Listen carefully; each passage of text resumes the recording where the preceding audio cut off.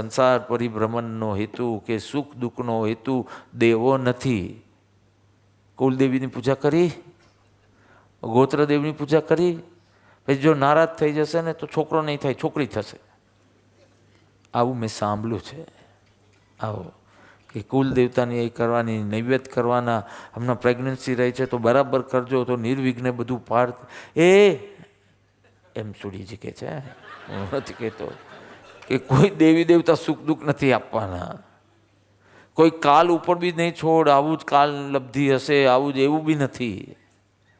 અને કોઈ મિત્ર પણ તને સુખ નથી આપતું ને કોઈ શત્રુ પણ તને દુઃખ નથી આપતું. કશું જ નથી. તારું મન જ તને સુખી કરે છે ને તારું મન જ તને દુઃખી કરે છે. આનાથી મુનિ યાદ આવી જાય, સૈનિકને ઉપદેશ આપે છે જે પ્રભુએ ભાવના બોધમાં મોક્ષમાલામાં મૂક્યું છે. આનાથી મુનિના એમાં તું જ તારો મિત્ર છે અને તું જ તારો શત્રુ છે. અર્થાત તું જ તને સુખ આપે છે અને તું જ તને દુઃખ આપે છે. તાત્કાલિક નહીં હોય તો પેલું એફડી બેફડી કરે એવી રીતે કર્મ સત્તામાં રહે, કર્મ રૂપે પરિણામ આવે ને પછી કર્મના ઉદય રૂપે થાય. પણ એનું કારણ તો તારા જ પરિણામ ને, તારા જ વિચાર. એટલે તું જ સુખ આપે છે તારી જાતને અને તું જ દુઃખ આપે. કોઈ પણ પ્રસંગે, કોઈ બી ઘટનાએ મનનો અભિગમ કેવો રાખો. જાણું છું, હું કરું કે પૂરું કરી દઉં? હા, આટલું પૂરું કરી દઉં. તો મનનો અભિગમ કેવો રાખવો એ તો તારા ઉપર જ નિર્ભર. એ કર્મ નક્કી નહીં કરી શકે, એ તારે જ નક્કી. ઘટના તું નક્કી નહીં કરી શકે અને અભિગમ કેમ રાખવો એ કર્મ નક્કી નહીં કરે. ઘટના તું નહીં કરીશ. સમજો આ શ્લોક પૂરો કરીને કહું કે લાવ બીજા 2 શ્લોક કરે, તમે અટકાવી શકો મને? તમારા હાથમાં જ નથી. કોઈ એને સુખ માનશે, કોઈ એને દુઃખ માનશે, પણ જે બી સુખી દુઃખી, હવે આ ઘટના is not in your control. અને કેવો અભિગમ રાખવો, દ્રષ્ટિકોણ રાખવો એ કર્મ નહીં નક્કી કરે, તું નક્કી કરશે અથવા તારું મન નક્કી કરશે. જે રીતે બોલવું હોય એ વાત એકદમ ક્લિયર છે. અજયભાઈ, પેલું કોઈ બી કોઈ બી વસ્તુ હોય એની ઉપર પેલું MRP લખ્યું હોય છે, એટલે શું? હા, અમને બધાને ખબર હતી. Maximum retail price. અને નેટ વેટ બી લખ્યું હોય, એટલે શું? વજન. નેટ વેટ, હા, ફાઇનલ વેટ. એનાથી વધારે કે ઓછું આપો ગુનો, MRP કરતાં વધારે કે ઓછું આપો તો you are doing something wrong. Very clear. દરેક ઘટના ઉપર MRP છે, દરેક ઘટના ઉપર નેટ વેટ છે. સાંભળજો બરાબર. You understand all this? સિંગાપોરમાં બી હોય કે ના હોય? હોય. નેટ વેટ હોય તો every commodity has net weight. પછી એનું ઓછું વધતું કરો તો યુ આર ડુઈંગ રોંગ. ઓછું આપો, વેચો કે વધારે વેચો કરીને વેચો, એ એમ જ હોવું જોઈએ. દરેક ઘટના ઉપર હવે એક સાધકે નેટ વેટ અને fix maximum retail price MRP રાખી દેવા. આ ઘટનાને આનાથી વધારે વજન નહીં આપવું. આ ઘટનાને આનાથી વધારે મૂલ્ય નહીં આપવું. કારણ કે મેક્સિમમ રિટેલ પ્રાઇસ, સમજો ગ્લુકોઝ બિસ્કિટનું કેટલું હોય, તું જ ખાતો હશે એટલે બીજું. અમે તો ક્રેકર્સ ખાઈએ, કોઈ ક્રીમવાલા ખાઈએ, આવું ખાઈએ. 5 રૂપિયા, ઓકે. અને પેલા દૂધ આવે, જેમાં દૂધ નથી પણ દૂધ નામ છે, 10 રૂપિયાનું, કરેક્ટ, રામદેવ બાબાનું, રાઈટ. તો 10 રૂપિયાનું છે. એનું વજન વોટેવર ગ્રામ્સ અને એનું મૂલ્ય 10 રૂપિયા. એ 10 રૂપિયાની ચીજનું આપણે 100 રૂપિયા મૂલ્ય ન કરાય. અને તારું કોઈ અપમાન કર્યું એ 10 રૂપિયાનું છે, એનું 100 રૂપિયા ન કરાય. Net wet MRP fix. તો કે MRP શું સાધકનું? કે જેનાથી મારી શાંતિ ન દબાય તે MRP. કોઈ બી ઘટના એવી તે તારે મનમાં નહીં પકડી રાખવી કે જે MRP કરતાં વધારે હોય. વધારે મૂલ્ય કેમ આપ્યું? 10 રૂપિયાનું છે તો દોઢા પણ કેમ કર્યું? 15 કેમ?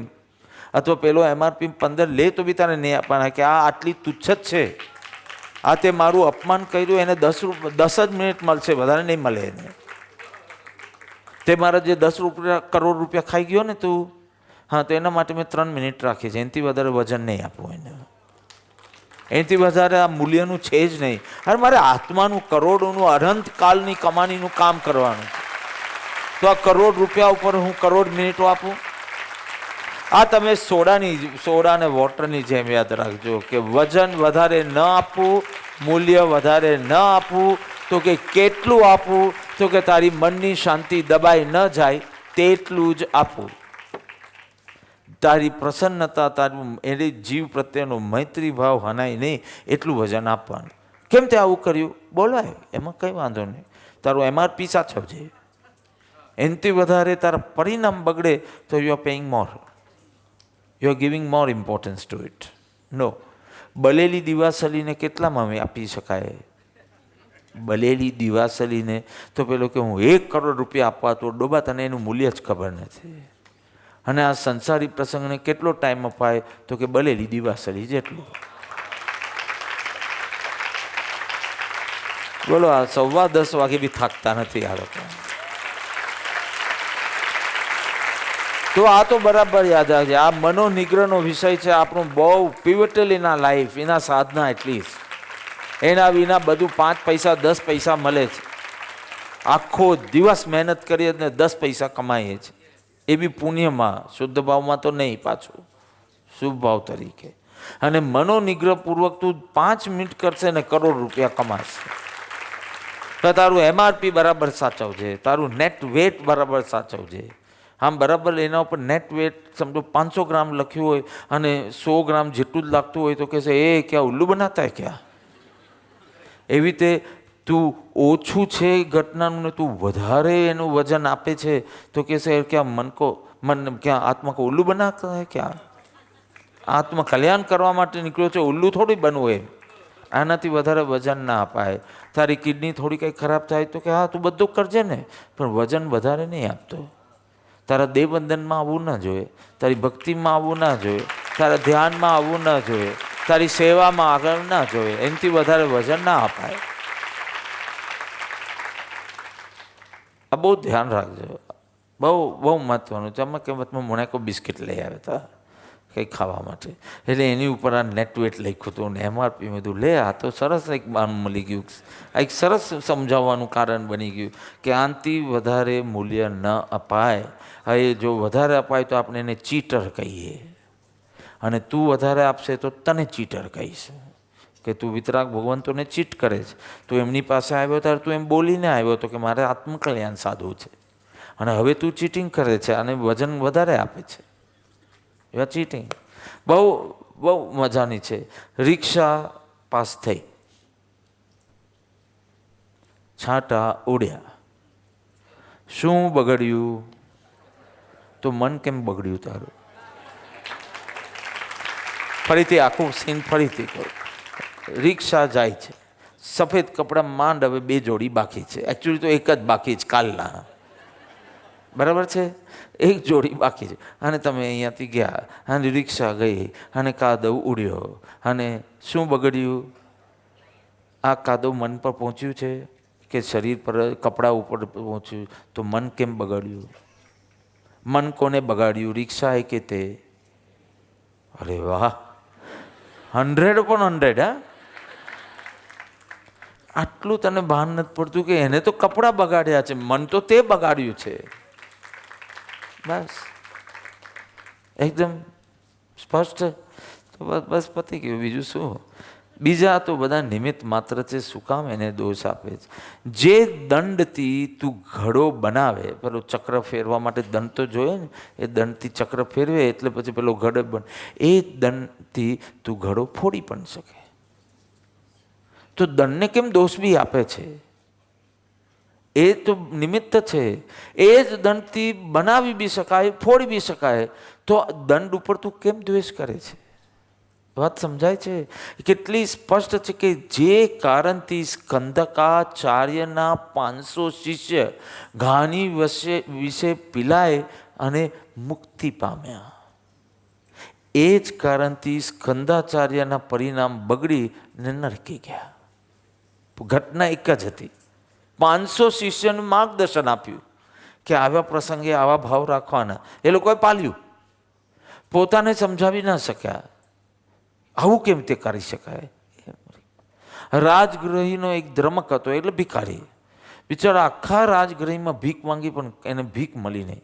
એનો એટલો ગુસ્સો આવ્યો કે સાલા આટલી મોટી મોટી હવેલી લઈને બેઠા છે, પણ એની પાસે જઈએ તો તમે શું પહેલું બોલો? માફ કરો ભૈયા. ચાલો શું માફ કરો? પૈસા માંગ્યા છે, માફી નથી માંગી. કારણ માફી આપે તો તારી પાસે માંગેલી જ કોને? માફ કરો ભૈયા, પૈસા આપને તને માફ કરી દઉં હું, ભિખારી કે.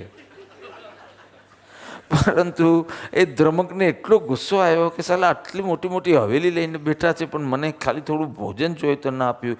એટલો બધો ગુસ્સો નરક બાંધી લીધી. ખાલી એક દિવસ ખાવાનું ન મળ્યું તો. અને પેલો દ્વારિકા નગરીમાં ઢંઢન મુનિ કે મને કોઈ રાજકુંવર સમજીને આપે તો મારાથી નહીં લેવાય. રાજકુંવર હતા, દીક્ષા લીધી. રાજકુંવર સમજીને એમ કે અરે આ તો આપણા રાજાનો પુત્ર જ, એમ સમજીને ભિક્ષા આપે તો મારે નહીં લેવાની. એટલે મળતી જ નથી. બધા સ્વાગત કરીને એવી રીતે જ આપે. એક જગ્યાએ એ અભિગ્રહ પૂરો થયો એટલે મળી. અને એ બી વચમાં ખબર પડી કે ના, આપણને એના ખબર હતી એને આપી તો પરઠાવી દીધી. અને એ એમના કલ્યાણનું કારણ બન્યું. તમે કઈ ઘટના માટે લેબલ મારી શકશો કે કોઈ ખાવાનું ન આપે તો ક્રોધ આવે ને? એ જ પ્રસંગમાં આત્માનું કલ્યાણ સાધ્યું, બીજાએ એ જ પ્રસંગની અંદર નરક બાંધી. તમે દંડને દોષ નહીં આપો, એનાથી આ ઘડો બન્યો છે. તો આ દંડથી તો બધા ઘડા ફોડી દેવાય. આ દંડ તો ખોટી ચીજ છે એમ તમે કોઈના માટે કોઈ લેબલિંગ નહીં કરતા. તમે ગમે તેટલા દુર્ભાવના કોઈના માટે કરશો પણ એ આવીને સોરી કહેશો ને, એકદમ તમારું માન થોડું પોસાશે ને, તમે બધું માફ કરી દેશો. ચાલો ફગેટ ઇટ, ફગીવ એન્ડ ફગેટ. અલ્યા ડોભાઈ, એ માફી ન માંગે તો બી આ જ કરવાનું હતું. પણ આમ જરાક તારું માન પોસાયું તો બધું ભૂલી જવા તૈયાર. એની સાથે વેકેશન પર જશે. વાઈફ હજી આગલા દિવસે ઊભા રહ્યા કે જો ભાઈ લેવું, લાવો કહી દેવા, હવે કહી દેવાનું મન જ થયું છે. બસ કોલેજ ગયું છે કોઈ. અચ્છા, રોઝ ડે હતો કોલેજમાં. Rose day, you have to give roses. Propose day. તમારામાં ગટ્સ નહીં હોય એની વાત નથી કરતો, પણ પ્રપોઝ ડે હતો કે નહીં કોલેજમાં? છોકરાઓ બોલો, આ બધાને તો સારા નકામા છે. યંગસ્ટર્સ બોલો, પ્રપોઝ ડે જેવું હોય. પછી chocolate day, teddy day. Teddy day, હા તમે તો જાણો જ ને, આ પૂર્વજીને બધાને કાંઈ ભાન ના પડે આવું બધું. હગ ડે, કિસ ડે, ચાલો છોડી દો. Valentine day. વેલેન્ટાઇન ડે તમે આનાથી ભરમાશો માં, કારણ કે પછી તમે પ્રેમમાં પડીને લગ્ન કરો ને પછી શું આવશે ખબર? ટિફિન ડે, ચા ડે, ટાલ દે કે ટાવેલ દે, જે બોલતા હોય તે. ટાલ દે, ટાવેલ દે, રૂમાલ દે, જીને દે, ડિવોર્સ દે. આવું બધું છે. તમે બિલકુલ ભરમાશો નહીં. મેં તો 2 વર્ષ માસ્ટર્સ કર્યું છે એટલે આ બધું બહુ લફડા નહોતા એમાં, પણ તો બી એક ટ્રેડિશનલ ડે રાખ્યો હતો.